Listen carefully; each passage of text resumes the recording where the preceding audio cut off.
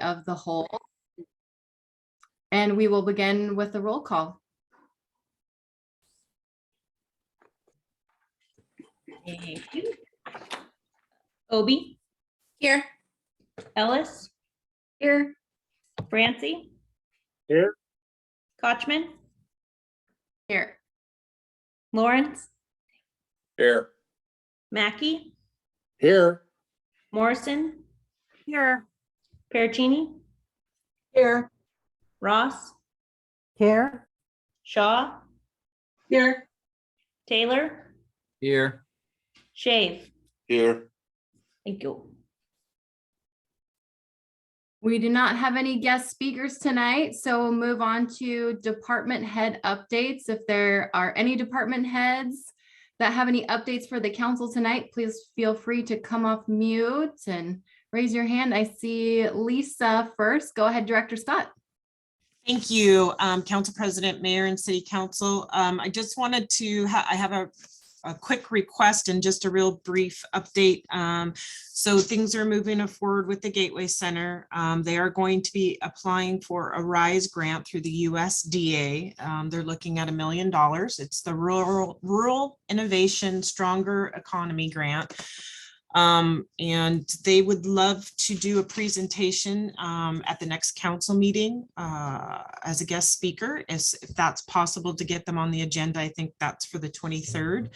It would be much appreciated. Where they'll bring everybody into the loop of what's going on with their capital budget request, the grant, and where we're at with the project. Thanks, Director Scott. Were there any questions? Yes. Who's they? I thought we were the gateway. I'm sorry, what?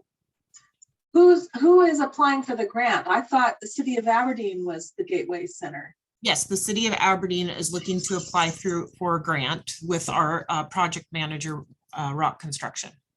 Okay, thank you. You're welcome. Thanks, Director Scott. See no further questions. Director Barnum, you're up next. Thank you. I will share my screen.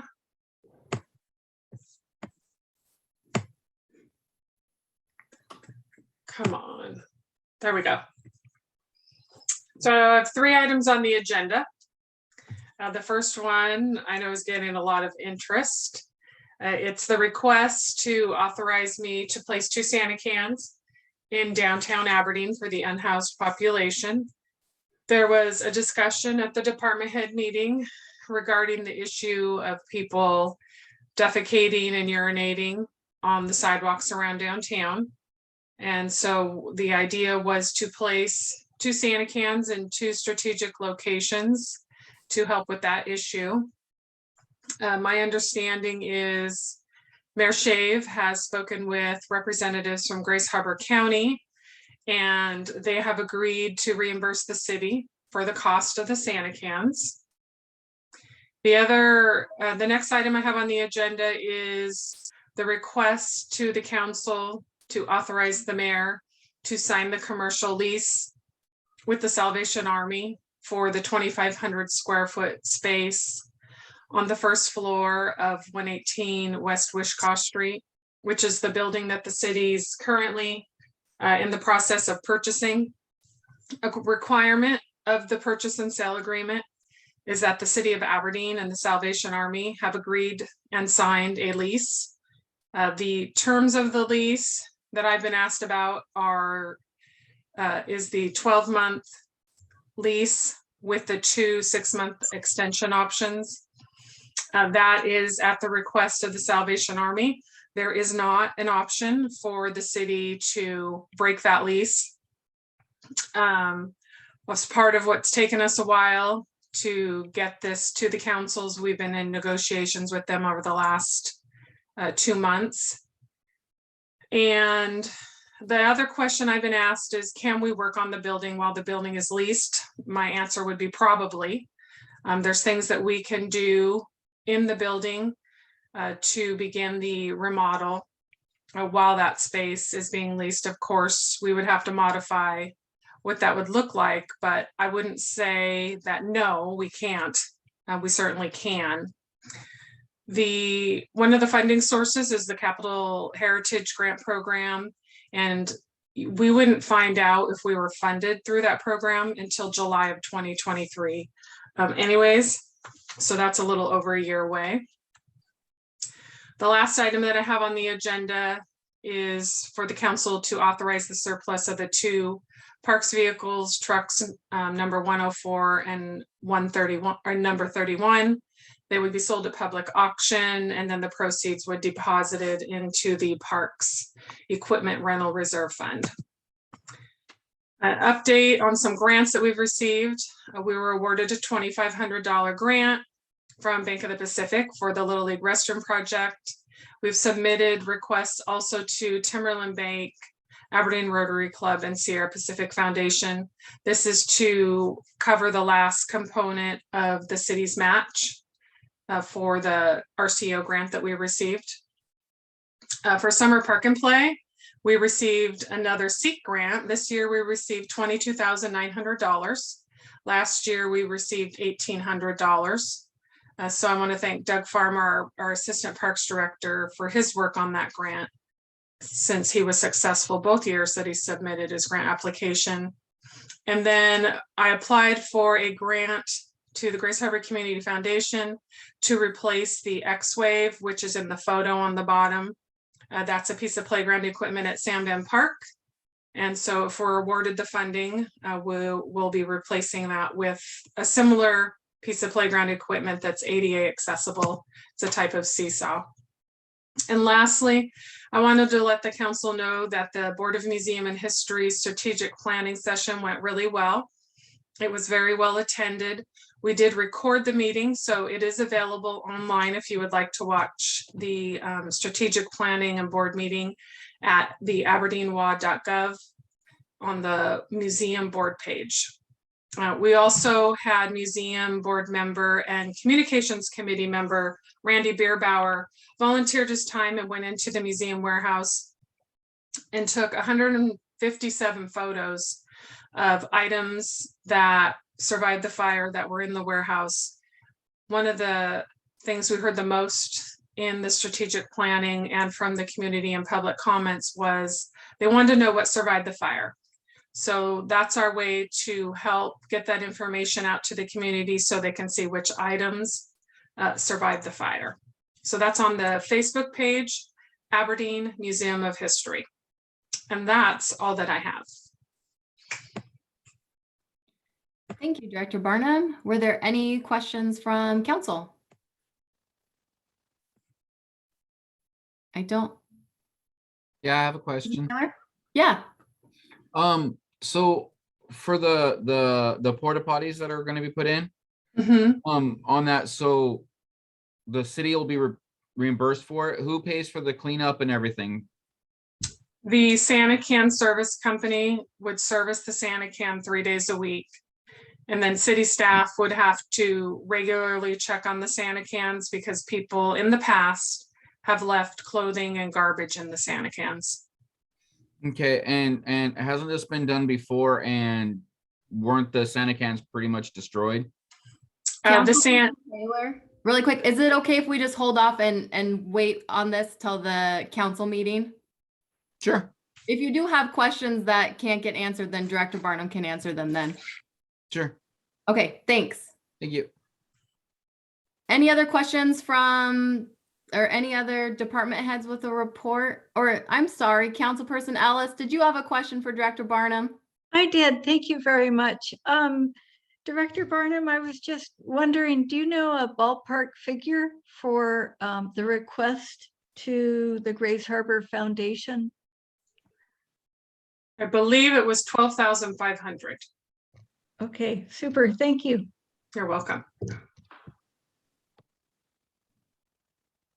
Councilperson Shaw. I was wondering if Director Barnum could clarify our ability to access a city-owned building if we lease a small portion of it to another entity, because I don't remember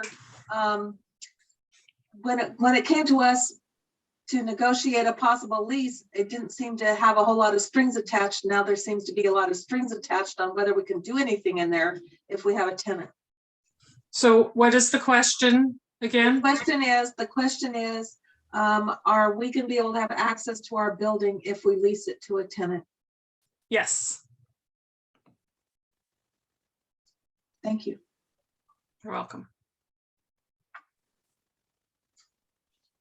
And I do not see any other hands raised. Thank you, Director Barnum. Thank you. There was any other department heads that had an update? Jump in really quick. Otherwise, we're going to move on to the mayor's report. Good evening, Mayor Shave. Good evening, everybody. Thank you. Just a couple little things. As of Monday, City Hall is open fully, the whole building. Last COVID reports I got where the numbers are dropping. And every week I meet with the county health department to see where we're at with all this. So far, the mask rules are still in place. But which leads me to the next subject is our hybrid Zoom meeting system. The parts finally got here. We pretty well got it set up. The deputy clerk spent quite a bit of time with the folks that set it all up. So hopefully she knows how to work everything. So we need to probably do some kind of practice run. So with that, it's possible we could be ready to go, and if we can get the word out early enough, we could have an in-council meeting next meeting. And then also there'll be a Zoom available. There's 3 cameras in the council chambers that are remote controlled, so you can zoom them around.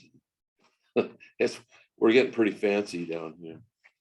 So we should be able to have an in-council meeting with Zoom. Unfortunately, I don't know how else we can comply with the rules with an in-council meeting and not be wearing our masks. So that remains to be seen how well that works on the microphones and all that sort of thing. But we'll do what we can, the best we can. And gosh, I can't even read my own writing. What was March 4th? Friday, March 4th. Oh.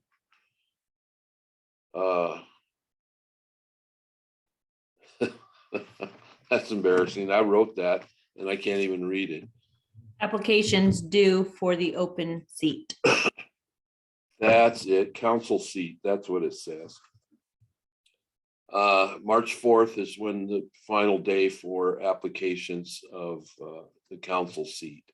That's open. So that's on a Friday. So then March 9th, if the council so desires, we can vote on a new council member. And that's all I have. If there's any questions from anybody? We saw Councilperson Ellis's hand up, followed by Pericini, followed by Shaw. So let's go in that order. Thank you, Mayor. So with the hybrid council meeting, could council members still remote in? Absolutely. Okay, That'll be a little bit, take some getting used to. But we have a 70-inch screen in the council chamber. So all the remotes will be on that screen, like we're looking at here now. And then there'll be boxes on the screen of the council chambers and the audience and the podium, as well as the council members. So I don't know how it's gonna work, but we're pretty much ready. Anything else? Who else? Go ahead, Councilperson Pericini. That was my exact same question that Liz had, was if someone was immune jeopardized, could they still? Absolutely. Okay, that was all I needed. Yeah, Councilperson, because see, that's been one of the biggest problems is we sit right next to each other. And so if somebody's got any reason to stay home and not risk, there's nobody's gonna make you be at the council. It's I prefer that you protect yourself how you see fit. So okay, you're welcome. Councilmember Shaw, did you have a comment question? Yes. Before I ask my question, I'll just share that under the current requirements for public meetings, remote is required, in-person is optional. So we are required to have the remote option, and in-person is something that we're doing as we transition forward. But my question for the mayor is, can you share with us the steps we're taking to advertise the vacancy? Because I've not seen very much about it. The deputy clerk put that out. So maybe the deputy clerk has an answer to that. As of right now, it hasn't been posted yet, but it's been sent to media to post. It'll be in the newspaper to specific dates is how they usually do it.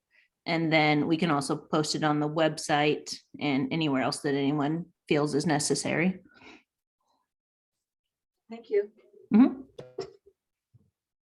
It previously appeared in the agenda, I believe, was it 2 meetings consecutively?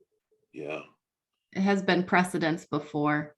it's So it been might be a good announced. idea to get it in the next 2 and then vote on the 3rd meeting. Yeah, it's been announced. We actually already have one application. And I shared that with the whole council. Yeah. Okay, My comment was more, just to clarify, was to have it written in the agenda. I know it's been verbally brought up. oh, I see. Yeah. We can do that. We can also include the just little information that was sent to the media in this meeting's minutes if you'd like that, and that'll be posted as well. Perfect. Thank Mhm. you. Welcome. Okay, that's all I have. Thanks, Mayor Shave. I don't see any other hands raised, so let's move on to non-standing committee reports. How about City Council? Are there any updates for the Committee of the Whole for the council tonight? I see Councilperson Ross first. Thank you, Council President. I did report or attend the museum board meeting and public meeting, and I agreed that we had great feedback, and I'm really looking forward to working with the Parks Director and the museum board as we move forward on that project. And also I attended a committee meeting for Downtown Aberdeen Association, and they currently have a Valentine contest going on downtown. You can check in at Ocean Palace or the Marketplace. If you would like more information, it's on the Downtown Aberdeen Association Facebook page. And that's it for me. Thank you. Thank you. Any other council members with updates? I don't see any hands raised. All right, that concludes the Committee of the Whole, so I will hand the meeting over to the mayor.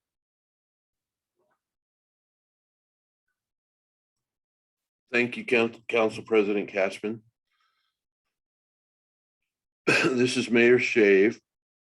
It's Wednesday, February 9th, 2022 at 7:35 p.m.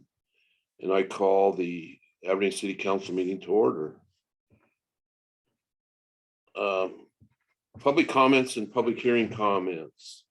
They are included in the Zoom meetings. The public was notified that if they wish to speak during the meeting, an email be sent to cityclerk@aberdeenwa.gov and indicate if they would like to speak or have the clerk read the comment. If they desire to comment live, they will be called on during the meeting and allowed to speak for 3 minutes. All the written comments have been shared and provided to city council members and will be read into the record. Deputy City Clerk, will you please take a roll call vote? Yes. Obi, Here. thank you. Ellis, Here. Francie, Here. Catchman, Here. Lawrence, Here. Mackey, Here. Morrison, Here. Peratini, Here. Ross, Here, Shaw, Here. Taylor, Here. Shave. Here. Thank you. Thank you. Council President Catchman. Yes, Mayor Shabe, I move that we recess into executive session for 30 minutes. Action is anticipated after the executive session. The purpose of the executive session is to discuss with legal counsel representing the agency matters relating to agency enforcement actions, or to discuss with legal counsel representing the agency litigation or potential litigation to which the agency, the governing body, or a member acting on an official capacity or is likely to become a party when public knowledge regarding the discussion is likely to result in an adverse legal or financial consequence to the agency. Second, Ellis. Was there a motion? I Did you started just with read- I move. It Oh, I- just got okay, buried this in is- all of that legalese. That's quite a mouthful reading all that. Under Hey, there was- discussion, though, can I just validate really quick that council members have the invite handy because we will be switching Zoom meetings? And this is the first time some of us have done this. Okay, I don't see anyone looking at me with blank stares. Okay, thank you. Motion was made and seconded to recess for 30 minutes. All in favor, say aye. Aye. aye. Any opposed? Aye. So we will be recessing for 30 minutes. Motion passed. We'll be back. Be back.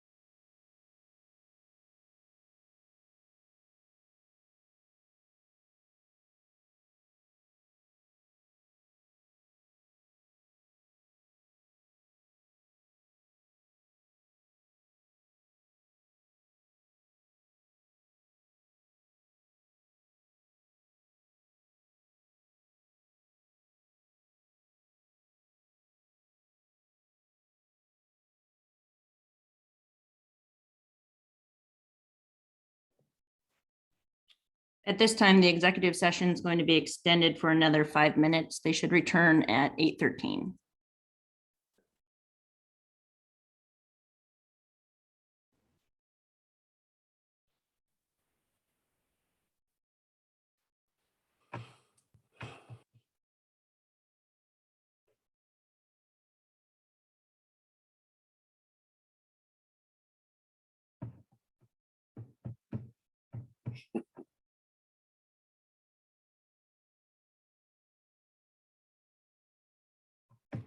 I see 5 council members, 6, 7, 8,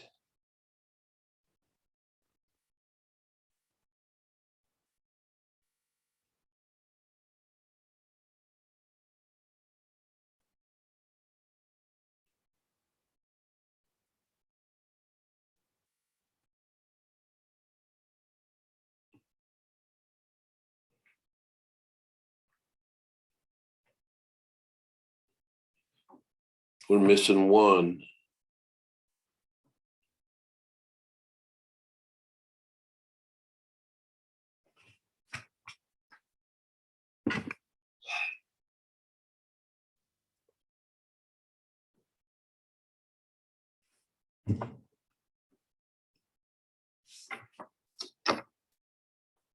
Well, it's 8:16 PM. I will accept the motion to reconvene. I move we reconvene. I second. Thank you. Motion has been made and seconded to reconvene as the recess is over. If there's no objection, I will call this meeting back to order. It's now 8:17 PM. Next item on the agenda is approval of the minutes of the previous meeting. Mayor Shave? Council President Catchman. Let's see. Okay, so for approval of the minutes, I do have a couple of motions for items. So I'm going to read through them and then make a motion that we approve as corrected, if that's all right. The first one is for finance expenditure numbers. I would make a motion that we approve payments of accounts payable in the total amount of $1,886,355.28, approving check numbers 75988 through 76163 and wires 1307, 1310 through 1311 and 1315 through 1316. Also, we need to make a correction to the resolution number for the 2022 Transportation Benefit District hearing. This will be resolution number 2022-01. I move we approve the minutes as corrected. Ellis, second. Motion is made and seconded to approve the minutes of the previous meeting as corrected. Is there any discussion? Seeing none, all in favor say aye. Aye. Any opposed? The motion carries. Thank you. Next item on the agenda is, are there any additions or deletions? Seeing none. Public comments of all topics, or if you want to comment to the public hearing, at a public hearing, a request must be submitted to city clerk at aberdeenwa.gov. The city of Aberdeen requires that you provide your full name and location. If you reside in Aberdeen, please also include your ward number. If you do not reside in Aberdeen, please let us know where you live. Deputy City Clerk, will you please note for the record any public comments that have been submitted? We have 8 public comments tonight, Mr. Mayor. One was submitted and said they'd be here to speak. So Betty Worth, if you are here and you would rather speak than me read what you submitted, please raise your hand and you'll be called upon when it's your turn. If not, I'll just read what was submitted and we'll get started with public comment number 1. I would like to address the idea of porta potties in and around the city. I had the unfortunate opportunity to use the one at the Tesla charging station while it was still there. When I entered, there was soiled clothing on the floor, needles, and feces. This was something that I'm sure was not caused by visitors charging their cars. I feel by putting more out, you will only be spending money for a dry place for a drug population and not for citizens or visitors to use. It is a terrible thing that you try to do something to help and people destroy it. Remember the one that was burnt to the ground? Was that good use of our fire department? Thank you for your time. Billy Newton, Cosmopolis resident. Public comment number 2. To the Deputy City Clerk, please read at the City Council meeting. The new City Councilman, Casey M. Morrison, needs to change her background for the Zoom meetings. I do not want to see her bed in her bedroom. The other new City Councilman, David Lawrence, needs to get a camera. If he has a camera, then he needs to turn it on during the Zoom meetings. Cameras can be bought online for $50. You both were elected by the people. When you're at a meeting, you're representing the citizens who elected you. Act professional. It is embarrassing. Something needs to be done about the homeless problem here in Aberdeen. Please just do something. Sincerely, M. Nelson, Ward 2. Public comment number 3. Dear Mayor and Council members, hi. My name is Rob Warren and I live in Aberdeen, Ward 6 of Aberdeen. I'm writing to ask why the mayor and council have allowed the Moore Hotel to sit neglected, empty, and abandoned for so many years. Why have you failed the residents of Aberdeen by failing to take action and continuing to allow their city to look so awful and unappealing? What's your latest excuse? In years prior, the excuse to do nothing about it was the owners are trying to get funding, or the owners expect to have funding to renovate within about 2 years. Is that excuse that you're still going with now, or do you have a new excuse for why you won't take any action? Respectfully, Rob Warren, Ward 6, Aberdeen. Public comment number 4. Hi, my name is Deborah Warren. I live in Ward 6 of Aberdeen. I'm calling on the mayor and council to enact ordinances and/or moratoriums that prohibit the establishment or expansions of any existing businesses, charities, and/or services for the drug addicted and the homeless by choice in the city of Aberdeen.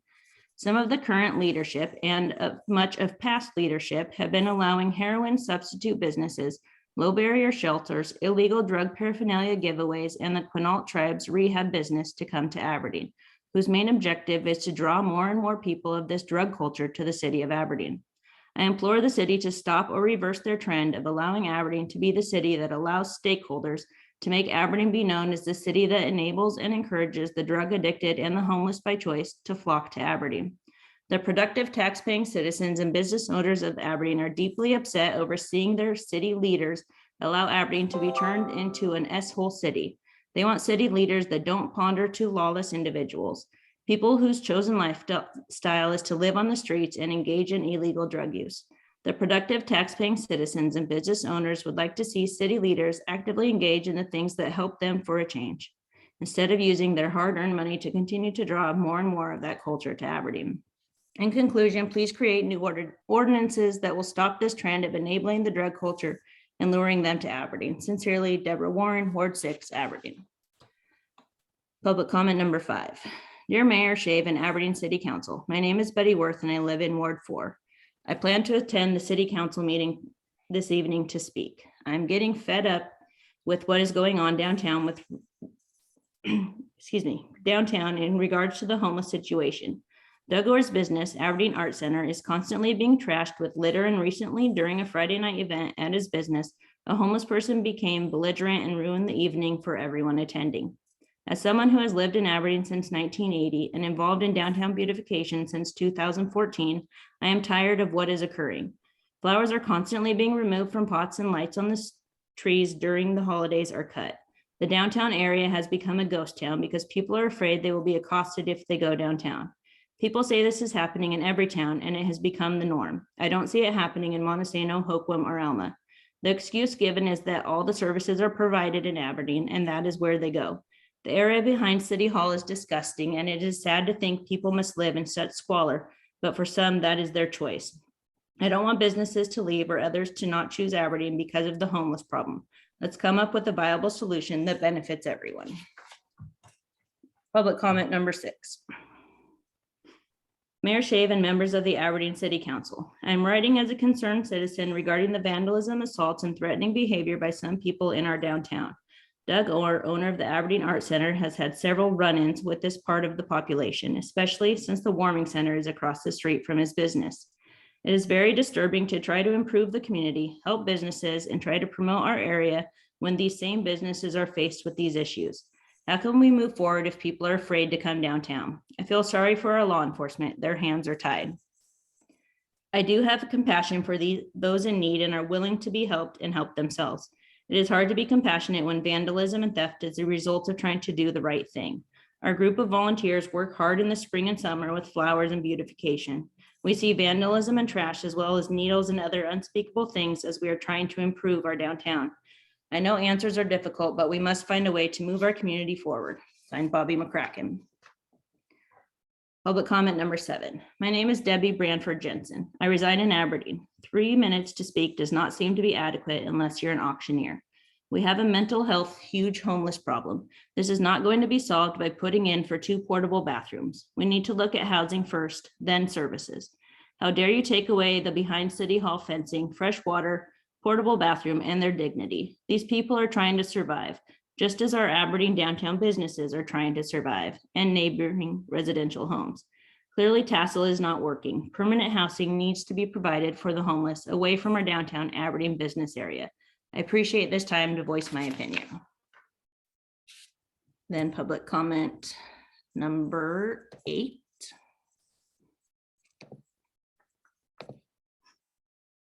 Is the city following guidelines of the federal lawsuit from 2019 on the eviction of the homeless camp? Thank you, April Obi, Ward 3. And that is our public comment submitted for this evening. Thank you. Next item on the agenda is the Finance Committee. Committee Chair Report, Alice. You're muted. Just feeling right at home and at the meeting and okay. Finance Committee meeting, Finance Committee met at 6 p.m. this evening. And we talked about the 3 reports that have been presented by the Parks Department Director Barnum, and had got a good start on discussion about the proposed placing of Santa cans, and asked that we pause our discussion and so it could we can take it up together as a whole council. And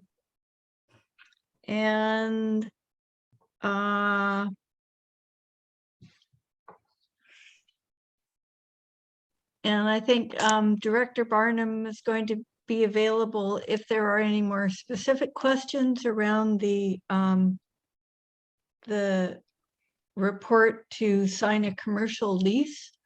But it sounds like a lot of work has been done to negotiate with the Salvation Army that is the seller of the building. And at this point, the bottom line is, if we want to buy the building for use as a museum, we need to allow them a lease that's renewable, as it's written in the report. So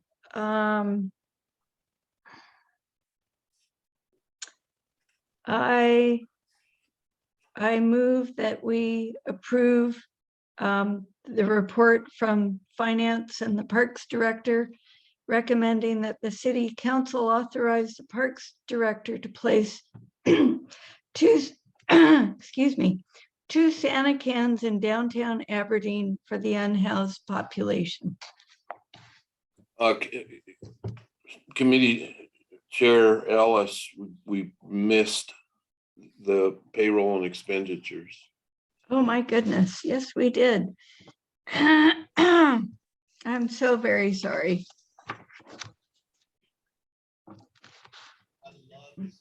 Dear.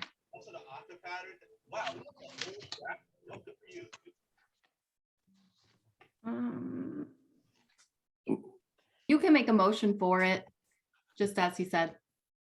Motion to approve the payroll and expenditures. Yes, so move. Thank you. Second. Thank you.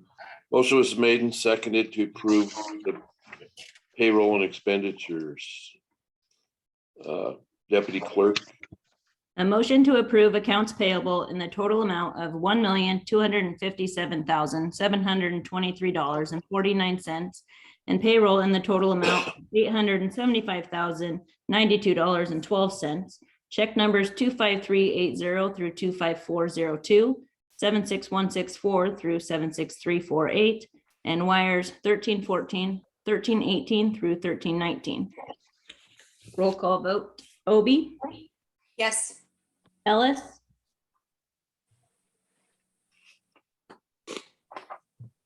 Yes, thank you. Francie, Yes.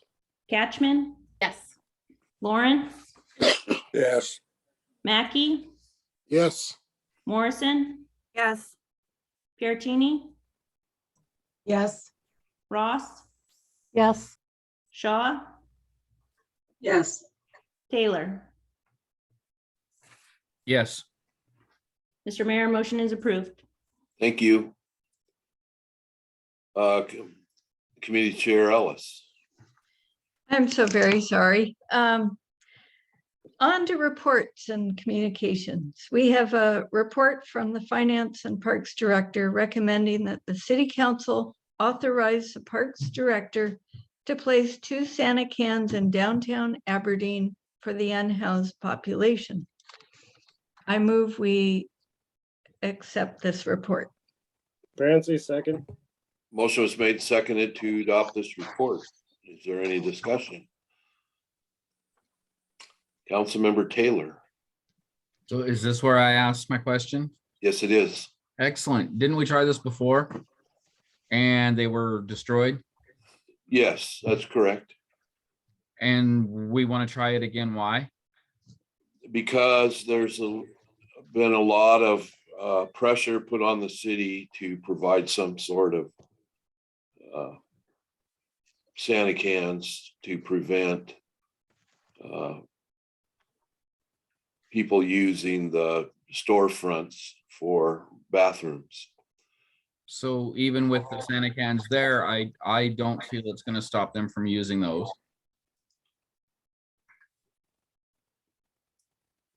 So Okay. I'm voting no on that. I just, Okay. Councilmember Ross.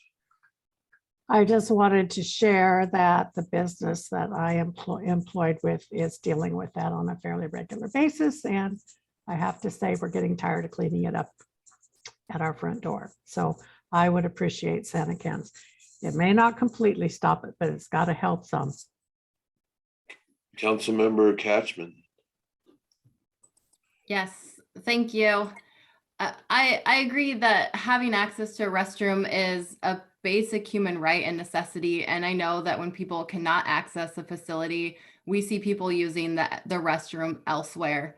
I have talked to about 10 businesses downtown, and they're all very concerned about adding porta potties in the past because, like another council member said, it's been done in the past and it hasn't worked out. I know the drugstore previously had to beg us to remove the last one that was in our parking lot because it was such a mess and a burden on their business. So I'm uncomfortable approving this the way that it's written, but I will offer an amendment to the council.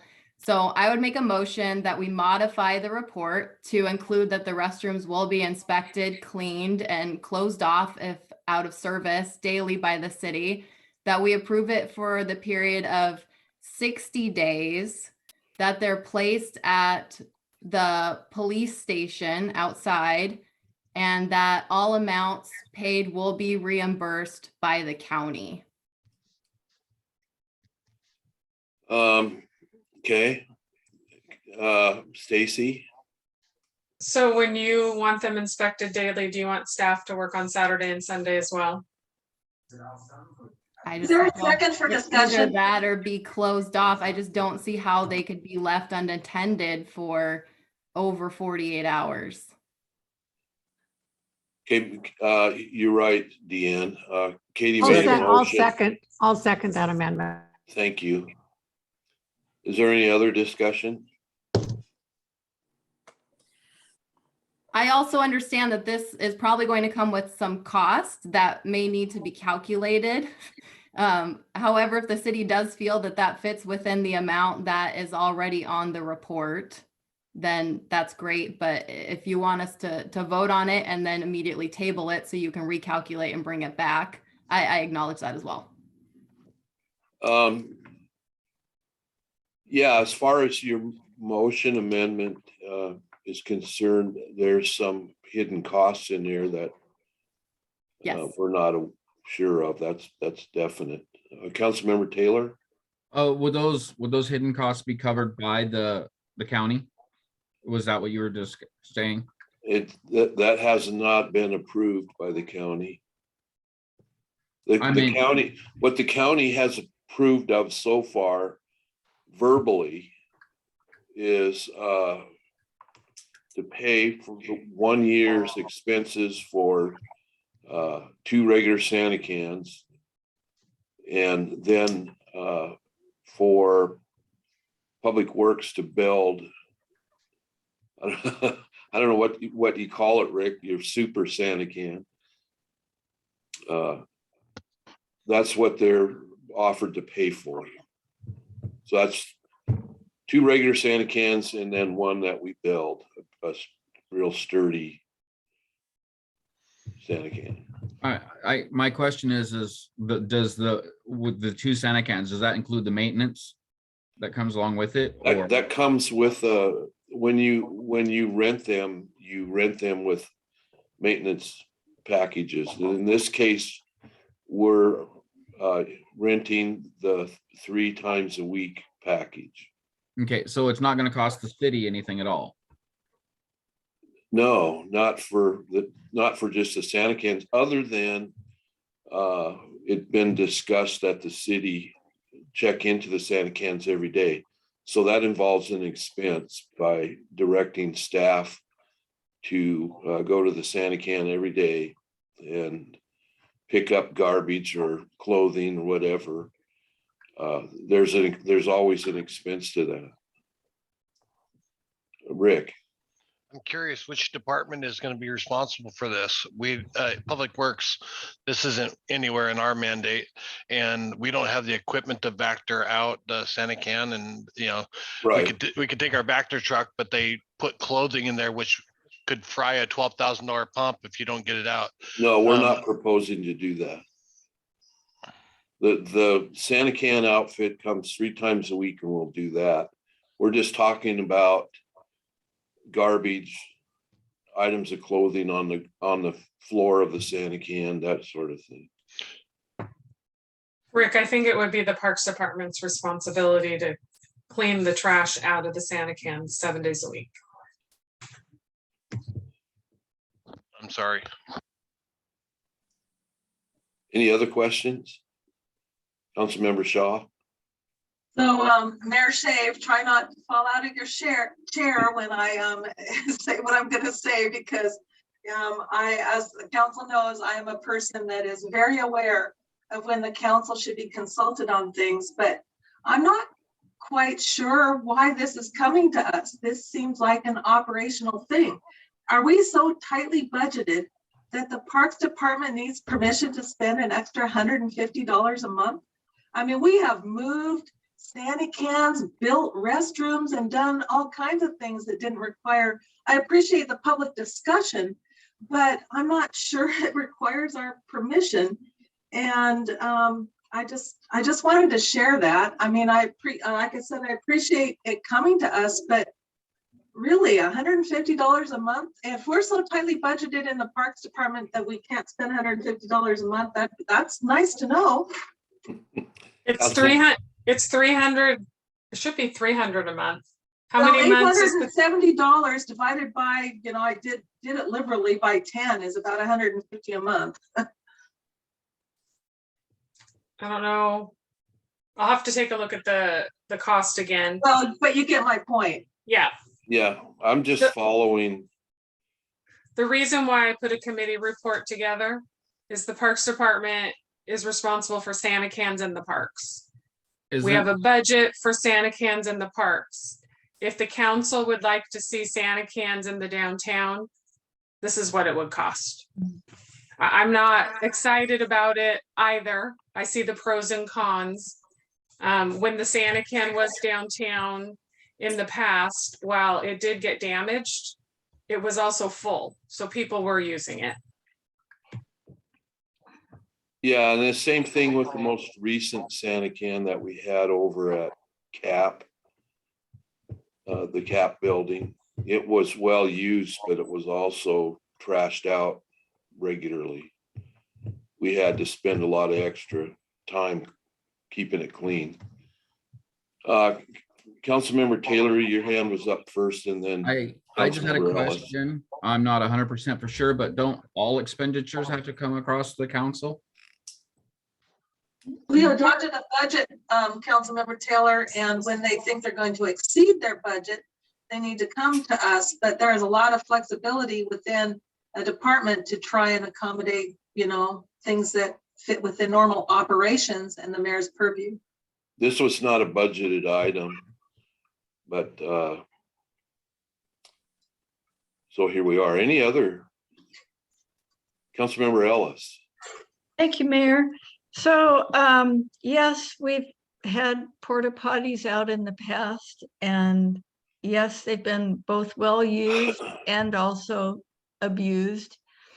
But the same can be said for garbage cans. We need garbage cans downtown for people to put trash in, and we keep them downtown and we empty them, even though they get tipped over from time to time. They get filled with disgusting things. They get graffitied, whatever. It's part of keeping our downtown livable that we provide these services. And I know I've picked up my share of human filth. Wow. And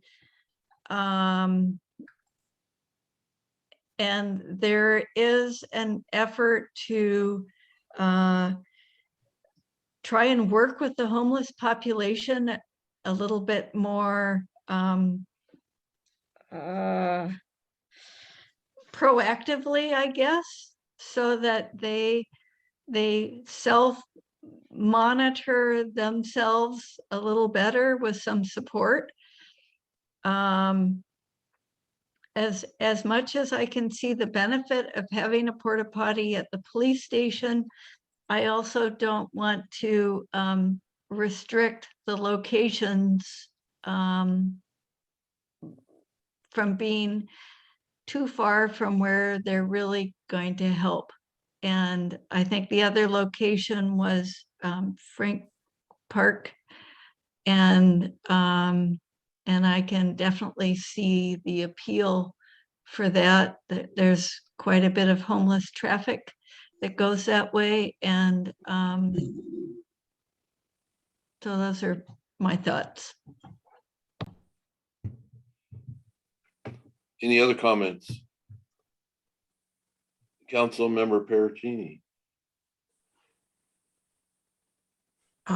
We did have Santa cans when we had security at Tassel, and they were abused even with guards 24/7.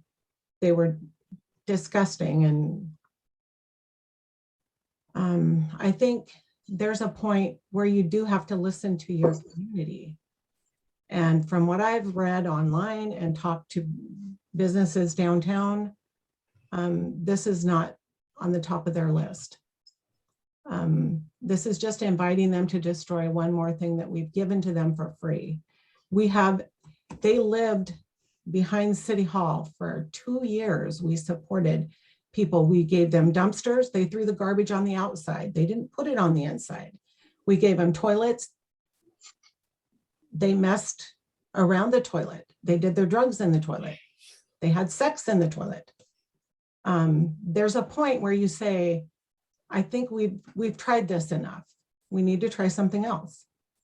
You know, I don't have all the answers, but I think a monitored toilet would be the answer.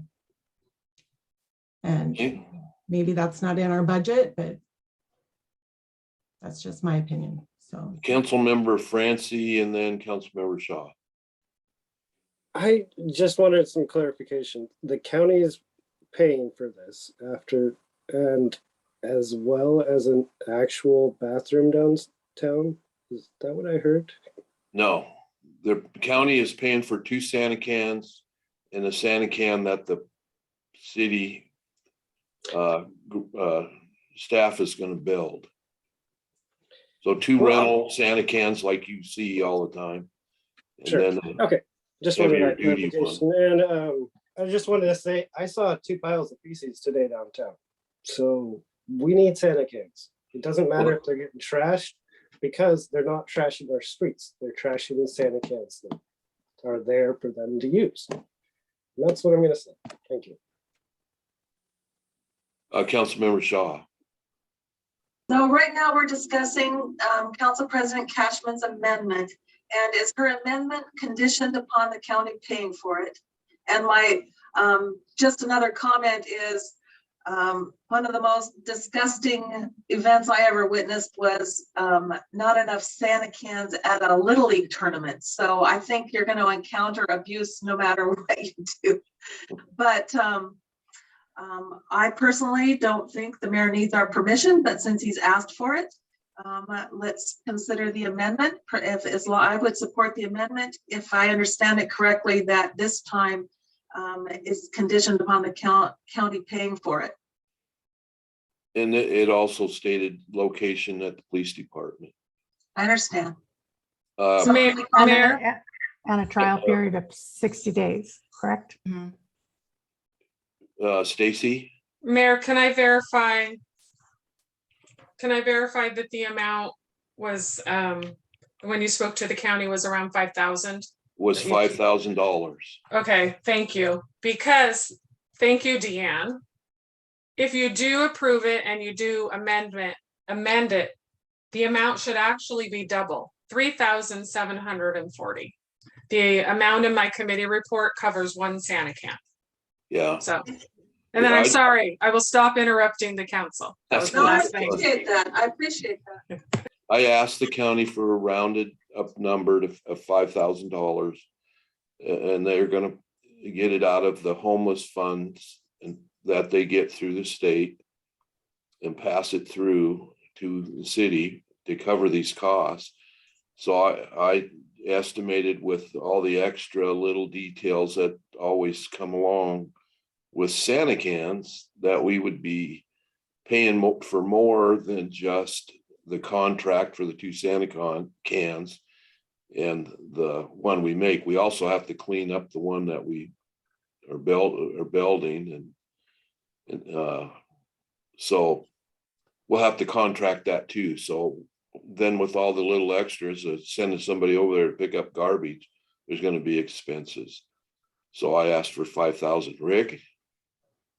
I just want to add a little bit of perspective, and that is, as being the director of staff that has to clean up fecal matter on the street and in doorways and direct my staff, if I'm not entirely for Santa cans downtown, I admit that. I don't know that that's the answer, but if it keeps anything off the sidewalks that my staff has to go down and pick up with a flat shovel and wash down every day, I'm for it.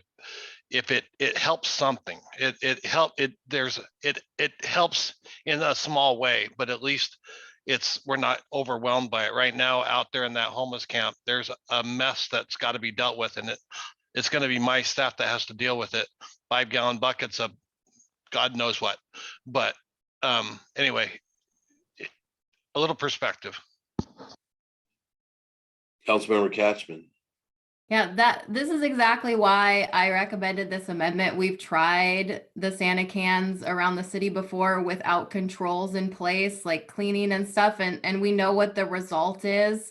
So putting them out there again, I think we're going to see a similar result. And I know that many council members are very concerned about that. I'm concerned about that. Our downtown business community is very concerned about it as well. So I think doing a trial period, giving us some additional information, trying it by the police station will give us some additional data to see if it's even feasible to do something like this with additional controls in place. And if it's cost prohibitive, then we need to look at that too. Perhaps there's grant opportunities for some sort of public restroom, but this is like a first initial step to do something, to be humanitarians and come up with a best foot forward that maybe meets it's coming somewhere in the middle for everyone at the table. And I think that's always been a problem with our unhoused population, is that nobody can come to the middle. And so I think this is one way to put a foot forward here. Councilmember Pericini. So then we would revisit this in 60 days. Correct. We would make a decision from there. Yes. Okay. Thanks. Anyone else have any discussion on the amendment? I have a question or a Okay, comment. So if we take the porta potty away from the actual camp and put it in front of the police station, correct? Is that what we're proposing? Well, there isn't one at the former Correct. castle location, does not have one. But currently, that's one of the locations where it would be at the camp in Franklin Field. Are those Would the be at two It was sites? proposed to go at Franklin Field, but there isn't a camp there. Yeah, that's kind of confusing since, I mean, yes, there is some foot traffic going by Franklin Field, but they're camping out behind City Hall, correct? they were given notice today to move To out of the move? City Hall parking lot, Okay, or yesterday. okay. That actually answers my question. That makes more sense then. Okay, Steve?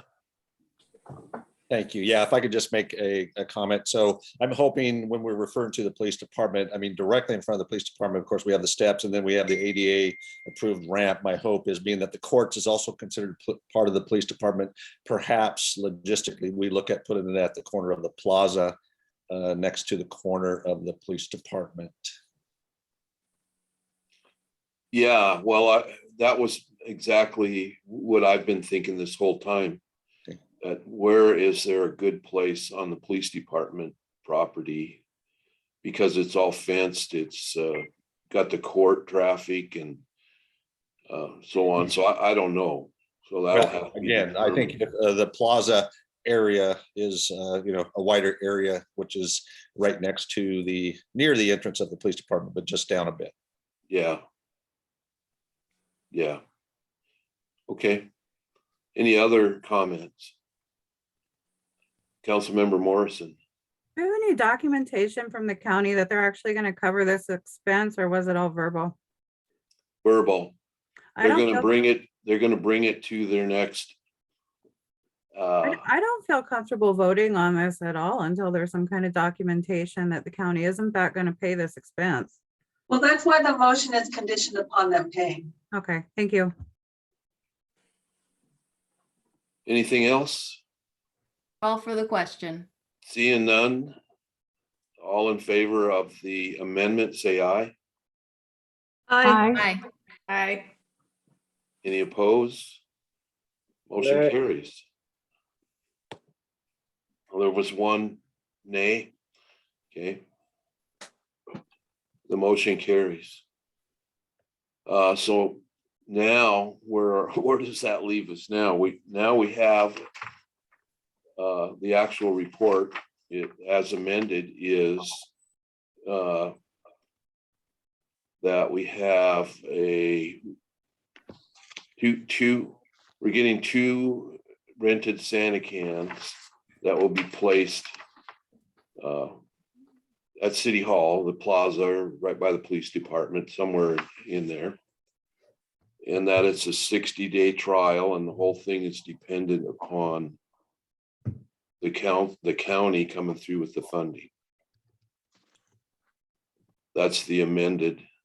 As well as the additional control with the cleaning. Correct. Is there a motion to approve? Is there a motion for the amended? So move. Is there a second? I'll second. Motion was made and seconded to approve the amended report. Under discussion, Councilmember Shaw.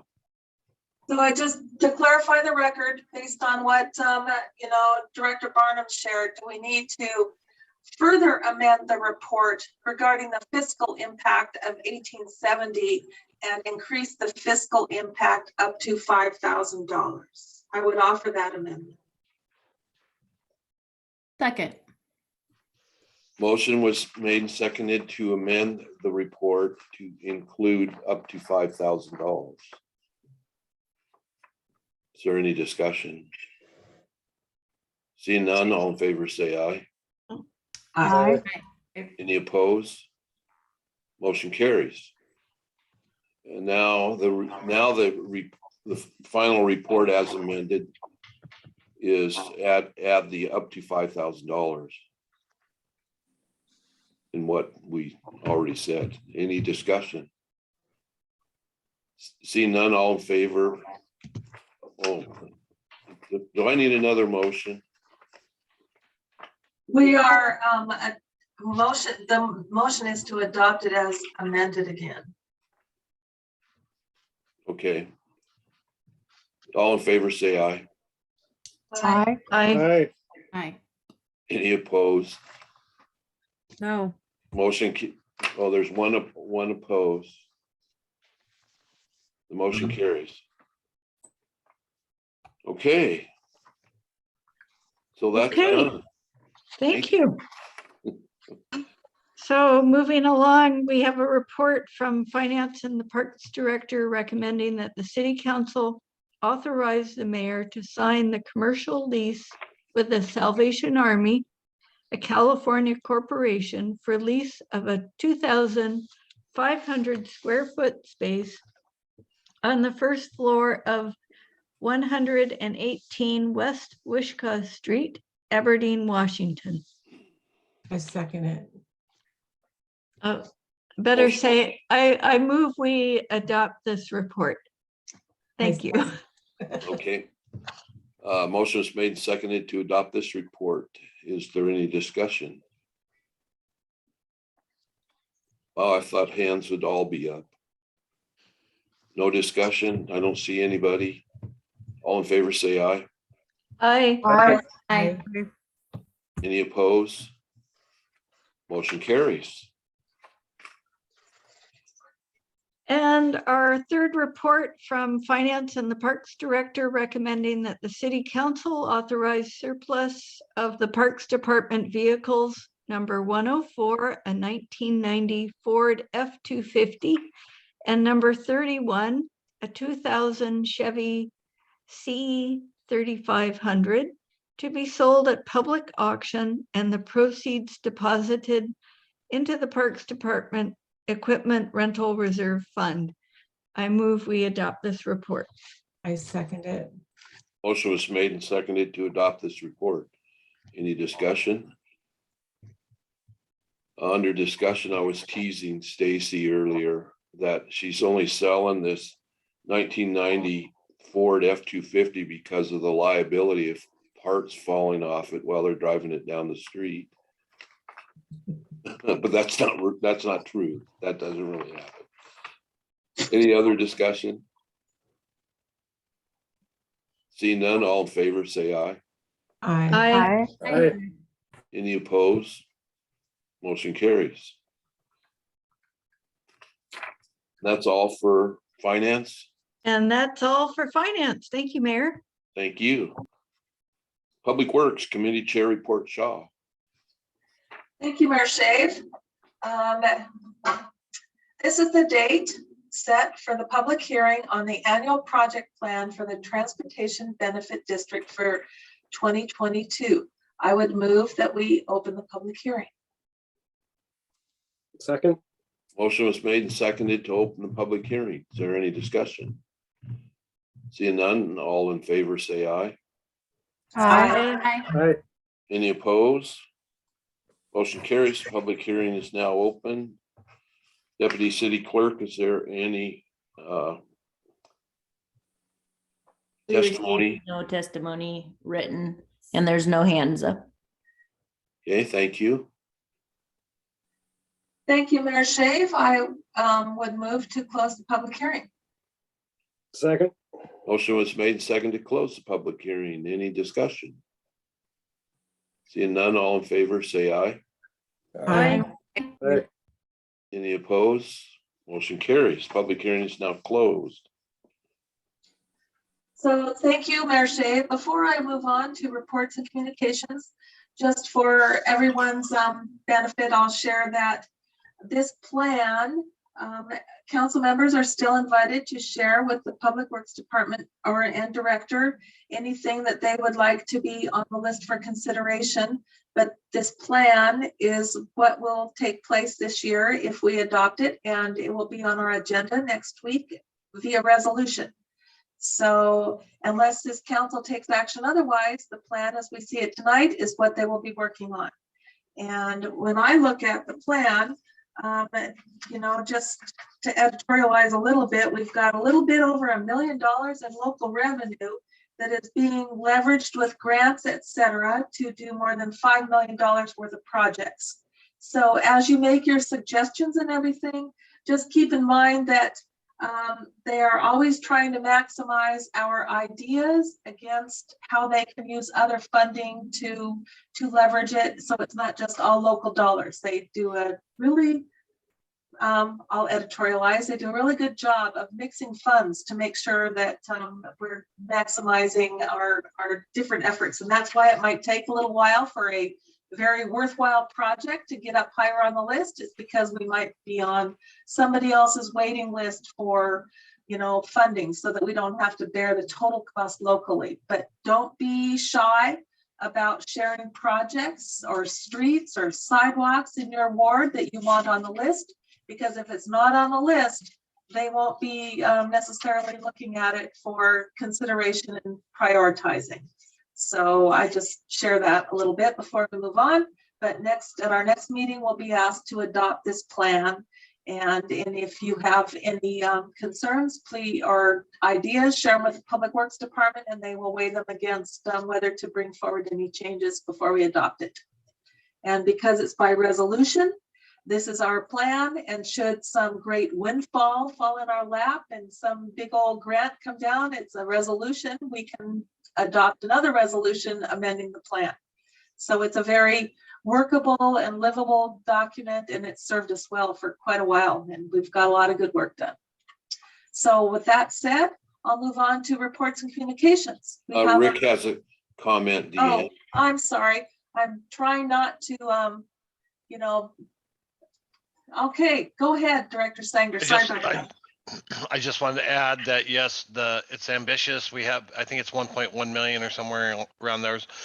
At the end of 2022, we anticipate having a balance of around $1 million as well. So going into next year, we are not spending all of the money. We're spending enough money that we can actually get the projects done.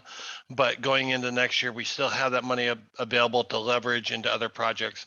There's a couple big projects out there that we've already received grant funding for, that we've committed TBD dollars as grant, but we're looking for additional funding to bring down the city's match. So those projects are going to happen. It just depends on how much of our own money is involved, and we're trying to get other funding sources. So that's what Dan was talking about. But those two jobs are sidewalks on the south side of Sumner between Division Street and Myrtle. Along all that stretch, about a mile of sidewalk. We've already received $400,000 for that on a $1 million job. And also sidewalks and a road diet between the south side, Shayless River Bridge, and Cosmopolis. So along the boulevard ADA ramps, bike lanes, sidewalks, all, and that's also, we've already received we have a grant for $1 million on that. So anyway, there's other things coming down, and we're leveraging our money as in a manner that would get us the most bang for the buck, for sure. Thank you. So moving on to reports and communications, we have a report from Public Works and the Public Works Director recommending that the City Council authorize the mayor to amend the agreement with Aquaterra for professional services related to the Stevens Elementary Pedestrian Improvements Project. I move we adopt this report. Second. Motion was made and seconded to adopt this report. Is there any discussion? Seeing none, all in favor say aye. Aye. Aye. Aye. Any opposed? Motion carries. Our final report tonight is from Public Works and the Public Works Director recommending that the City Council authorize a total expenditure of $151,020.12 for the early acquisition of 3 parcels for the US 12 Highway Rail Separation Project, which is an increase of $31,020.12. I move we adopt this report. Second. Motion was made and seconded to adopt this report. Any discussion? Under discussion, Councilmember Ellis. I seem to recall that this expense is covered by grant money. That's correct. Councilmember Shaw. And also I would share with the council that it's just also a function of time and opportunity. When this was first proposed, that was the price, and the costs have gone up. Any other discussion? Seeing none, all in favor, say aye. Aye. Aye. Aye. Any opposed? Seeing none, motion carries. Mayor Thank you. Shave, that's everything from Public Works tonight. Thank you, Councilmember Shaw. Public Safety Committee Chair report from Councilmember Ross. Thank you. Yes, Public Safety met this evening at 6:30 p.m. And I have reports from both the police chief and the fire chief. So beginning with the police department, the volunteers and police services provided 73 hours of service in January. This included assistance with the funeral service for AFD Captain Chad Mitterleiter. Also, the City Hall encampment update, the campers have been served with a 2-week notice to vacate and notice that the parking lot will be closed. It is hoped they will make arrangements to be moved out on their own. Contingency plans are in place. Number 3, issues with the cold weather shelter. Chief Shoemate is working with the group running the shelter and also the county commissioners to deal with the issues surrounding the shelter and warming center. He reported 73 calls directly involving the shelter and numerous calls from the surrounding area. This continues to be a drain on the police department. And also Chief Shoemate did attend the graduation ceremony for Stephen Ayers for his police training and reported he did very well. And he will continue with some more training and be ready for the streets in about 3 months. So congratulations to him. From the fire department, Chief Tom Hubbard. So the RFA appears to be failing, and so the city will need to determine how to move forward with providing fire and EMS services to our citizens. So that's something we'll be addressing soon. January 2022 calls for Cosmopolis totaled 45. There was 1 structure fire and 29 EMS calls, which put the most strain on our fire department. That will end on February 15th. And also Chief Hubbard has provided some information for the ad hoc committee on fireworks, and I'll be chairing that committee, and I'm looking for other volunteers. I believe it was last July or August, the council decided that they wanted to address the issue around fireworks, especially around the 4th of July. And so if anyone's interested in serving on that ad hoc committee, please let me know and we'll get that going.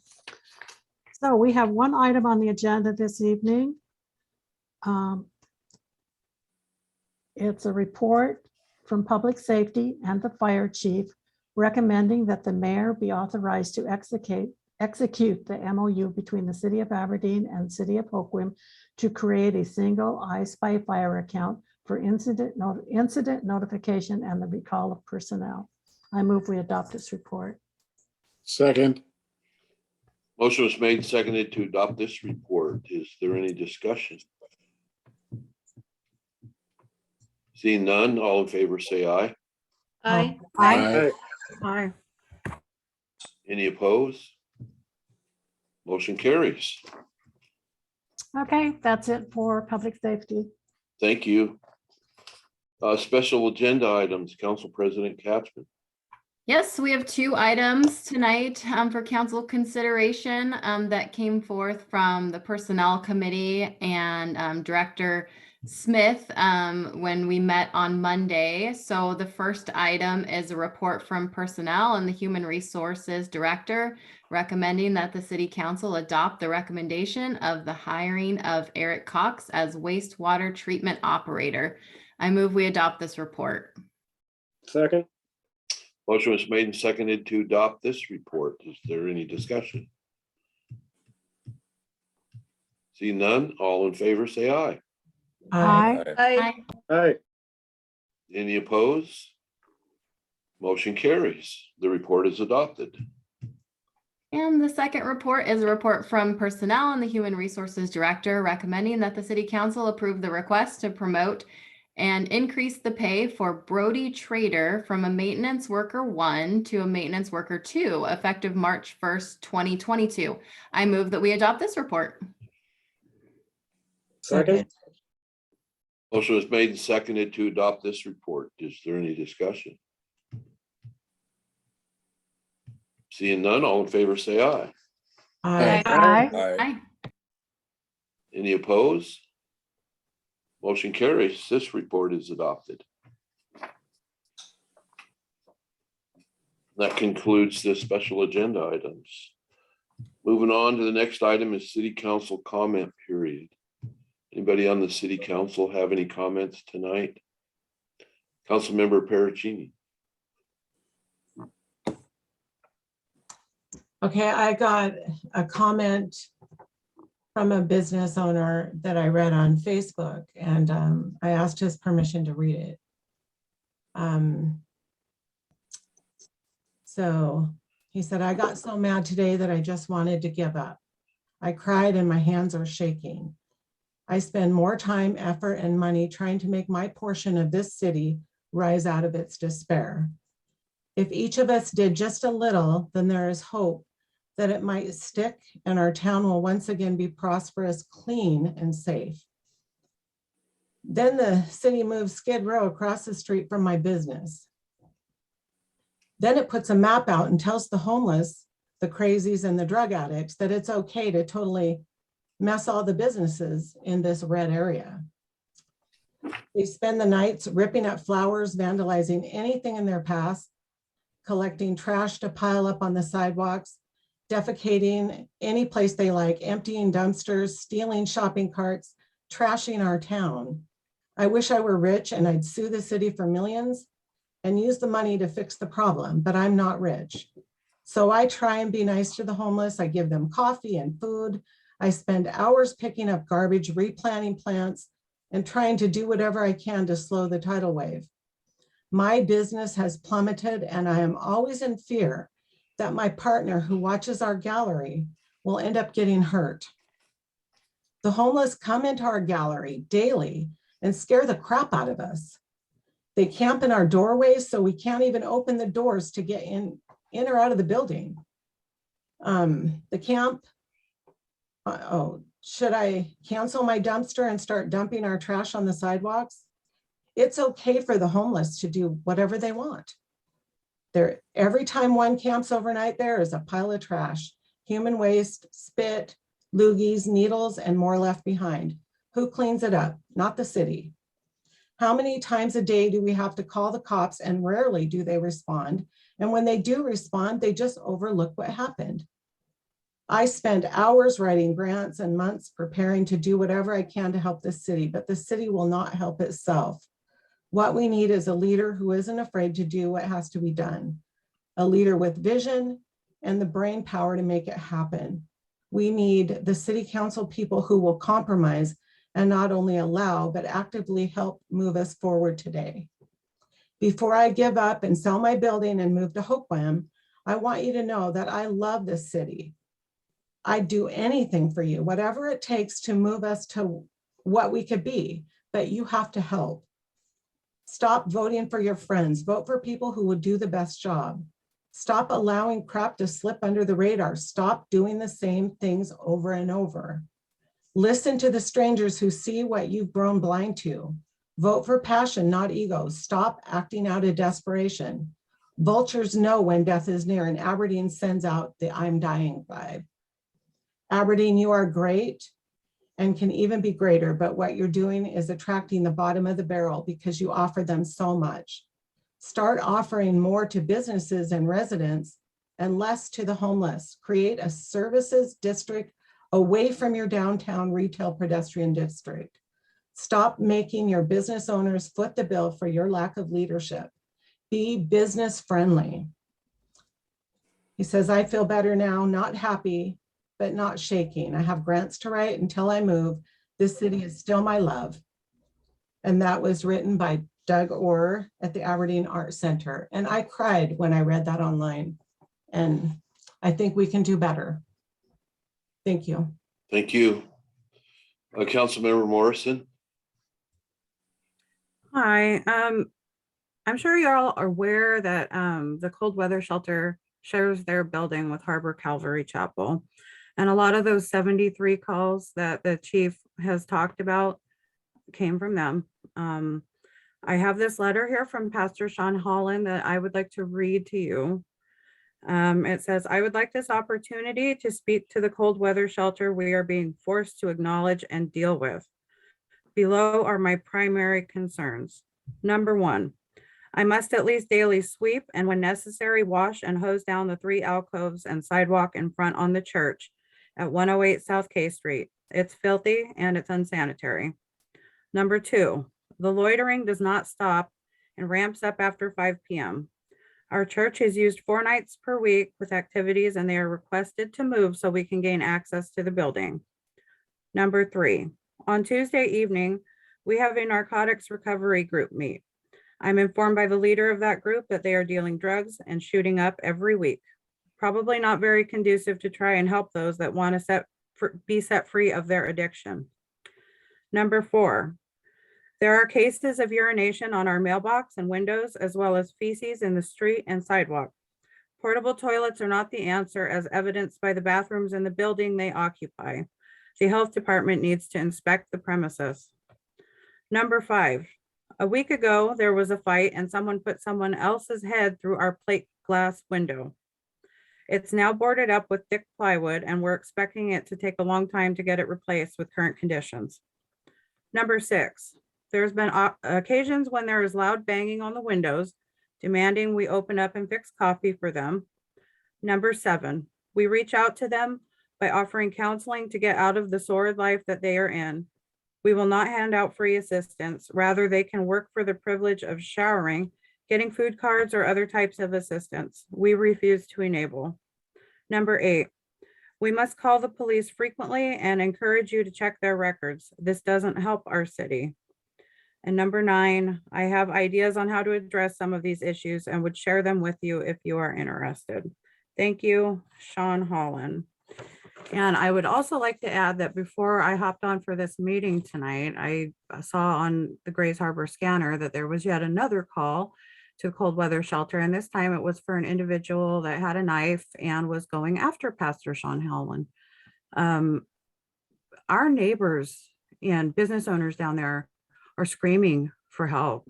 And we as a body need to come together and do something, because doing nothing is not an answer. Thank you. Thank you. Councilmember Ellis, you had your hand up. Well, Thank you, Mayor.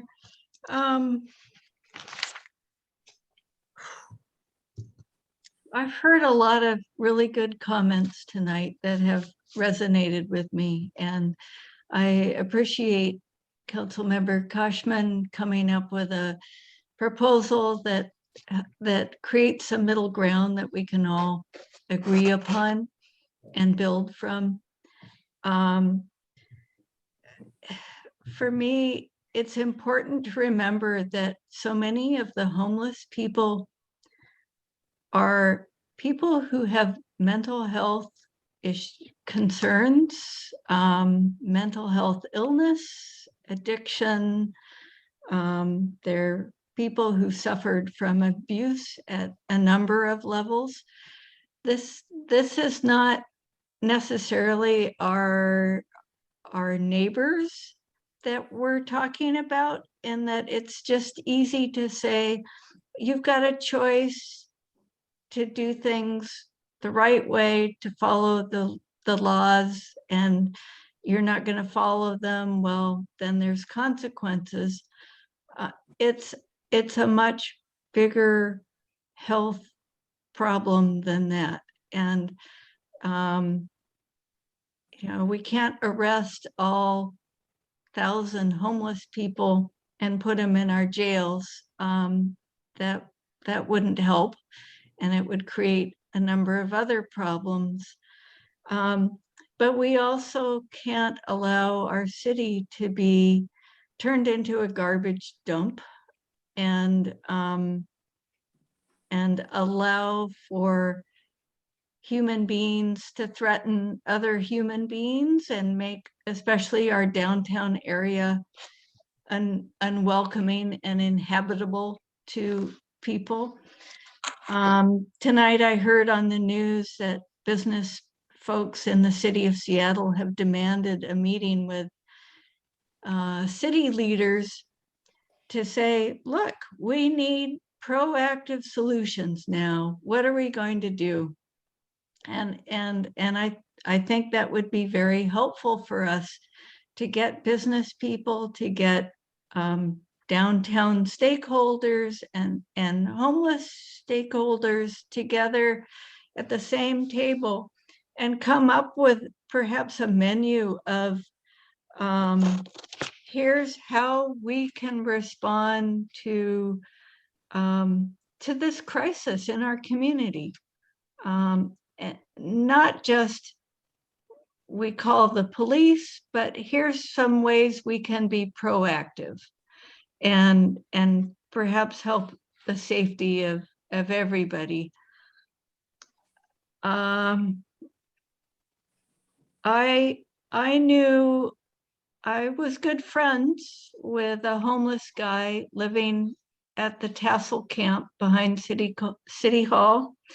I've known him for several years. His name was Larry Osborne.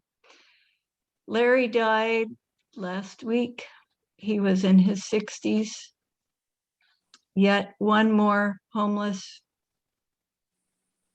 person whose life ended on our watch.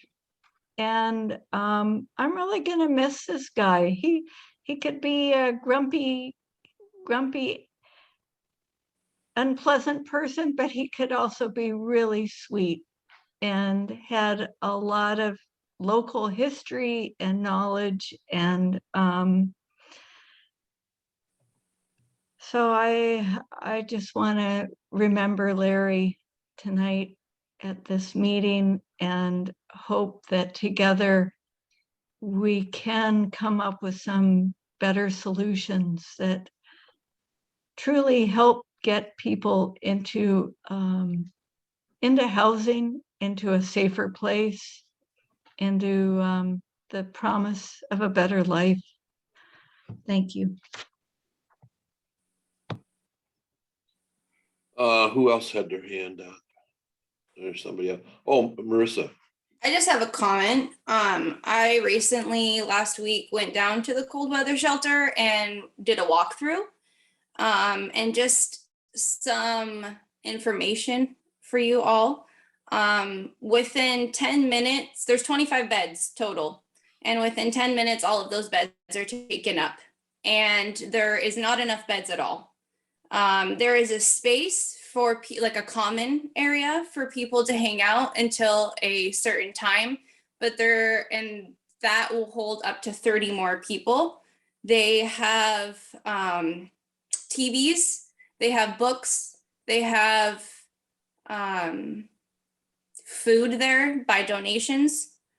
There's resources for them as well with CAP, and they give out socks, shoes, toothbrushes, things to help the homeless with things that they wouldn't be able to get on their own.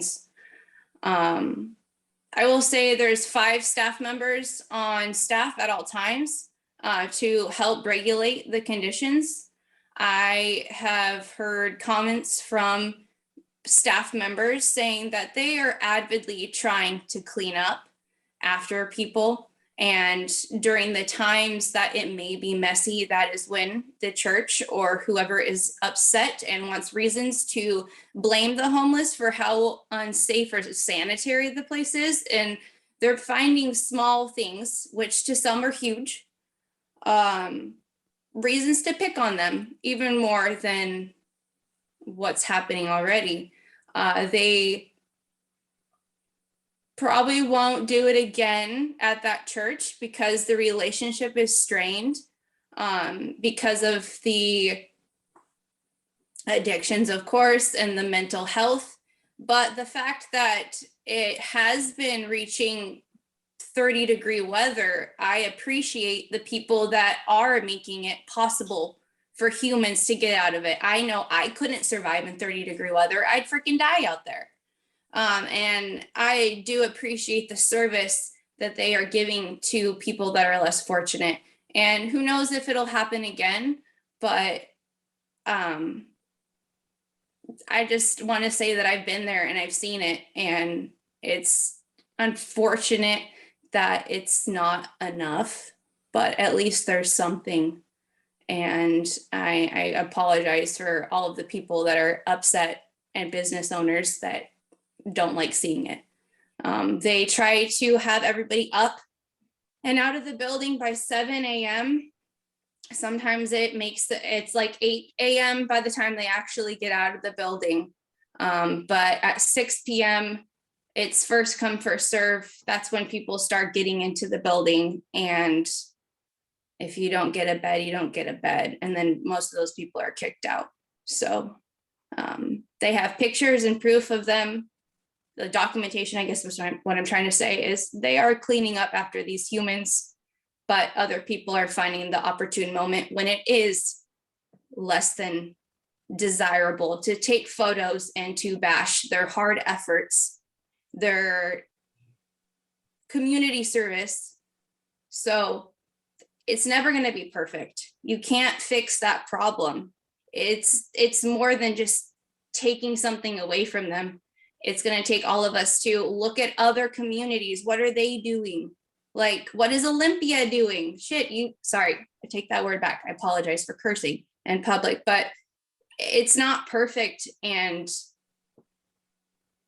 I guess that's all I'm going to say. And I appreciate you all listening to me, but that's about it. Thank you. Anyone else have any comments? A couple of things I forgot to mention. First of all, based on what we're talking on, I got a call this morning about a shopping cart full of garbage left in the alley behind a residence. And so I called Public Works, and they immediately picked it up because we have a Public Works staff member that's what he does. Something new that we've been doing for the last year is we have a person that goes around and tries to keep things cleaned up. And I think he's been doing a noticeably good job. So the point is, if you got something like that, or if you see something like that happening, if you see somebody causing a mess like that, you need to call the police, 911, police dispatch right away. while it's going on, quickly as possible. A lot of cases, when I asked that, did you call the police? Well, no, this was last Tuesday when this happened and I didn't call the police. Well, that's not going to work. So, and the other thing is you can call into Public Works, call into the city, call me if you see some garbage needs to be picked up. Debbie picked up some garbage the other day, left the bags in a spot we could easily find them. We went over and picked them up. And that's how to do it. Call. And we'll get on it as quickly as possible. Debbie? I wanted to mention too, I've had several conversations with Chief Shoemate over the last week, and he reminded me, and I want to remind everyone, that when you have an issue, you need to call and report it. A lot of times people don't call, or they don't let the police know maybe the gravity of the issue. But he keeps track of that information and he follows up as best he can. So I think I just want to encourage people to call the police when they have an issue like this. It's important. Yep, thank you. Lastly, after the floods that we had, I had a couple of people call about what are we doing here at the city to help them dump all their damaged property. And so I said, well, we don't actually have a plan, but I'll look into it. So I called Hannah Cleverly at the Grace Harbor Emergency Center, and they came up with a $50 dump voucher for flood damaged, storm damaged items. So like if you had to tear out some drywall from flooding or things like that, whatever, carpet or something, you can come in here to City Hall and get a $50 voucher to help pay for the dump and get rid of that stuff. So that's a nice thing to help. And that's it. So Melvin, you had your hand up there for a while. Yeah, I just wanted to also mention the state of our city. We had a gentleman who owns a meat place over here in Hoquiam, and he lost, I believe it was $10,000, I believe it was, or so worth of food, meats and everything, due to somebody going up and cutting his power. I mean, these are things that are happening and nothing was done about this. It was reported his son was assaulted, nothing. And it seems to me a lot of people within our city, a lot of things I've read online, a lot of people are losing a lot of trust within our council, within our police departments, that a lot of this, people aren't really having much faith anymore in the state of. I know the case that you're talking about. It happened sometime in the middle of the night. Nobody knew about it, and it was after 9 o'clock in the morning when. But it was caught on camera when he reported it. So, and the camera didn't show no details. So, I mean, it's events like this that happen that there's no. By the time they're called in or by the evidence that's reported and there's nobody around in the crime scene, it's almost impossible to do anything about it. And then just like you just said, we didn't do nothing about it. Well, what were we supposed to do? And about his son being assaulted. There were things that could have been done. I knew Steve would perk up here. Go ahead, Steve. Thank you, Mr. Mayor. And again, I appreciate the inquiry, Council Member Taylor, as you brought up in the Public Safety Committee meeting earlier. I will look into that matter and I will get back with you, but my frustration is individuals who go directly to social media and don't report it through the dispatch center.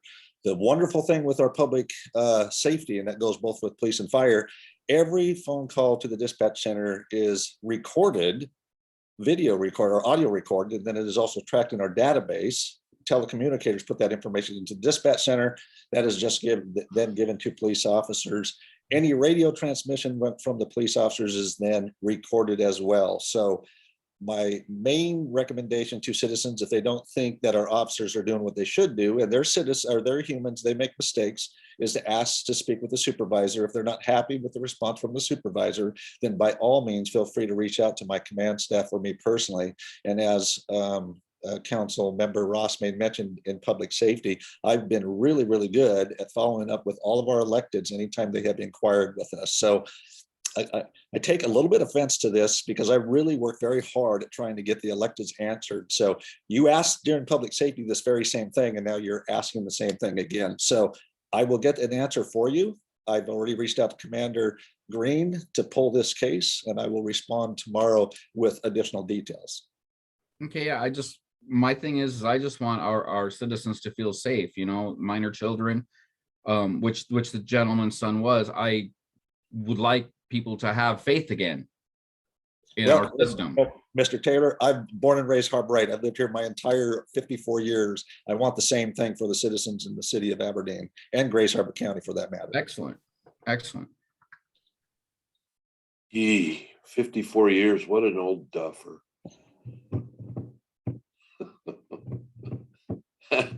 He's not going to come back with that on that. So that was all I had. Was there anything else from anybody? Seeing not John, are you contemplating? Okay. Okay, I move on. I was just going to move to adjourn. Are you sure, Debbie? Marissa, Mel and I did go up to the warming center, and our experience, at least I think we agreed, was the inside was amazing. I was very impressed with the work that they're doing. It was very organized. The issues that I have are that it's just really in the wrong location, because it does damage the businesses. And I do know that they have relocated 2 domestically abused women and sheltered them in a permanent shelter. So I know that the people running the shelter are trying very hard, and that's a job that I don't know who could do it. It's very hard. But it's what's happening outside, and that's damaging businesses where they don't want to be here anymore. And we don't want that. We want our businesses to thrive. And we do want the unhoused to be safe somewhere. I think that as a community, we can work to remedy that. Anyway, that's all I needed to say. I appreciate that. And I know that their options were incredibly limited. And I'm certain that that was their only option of housing people or having the cold weather shelter. And I know that they don't want it to be there again for that reason too, because clearly nobody likes their business to be affected by people that are affecting it.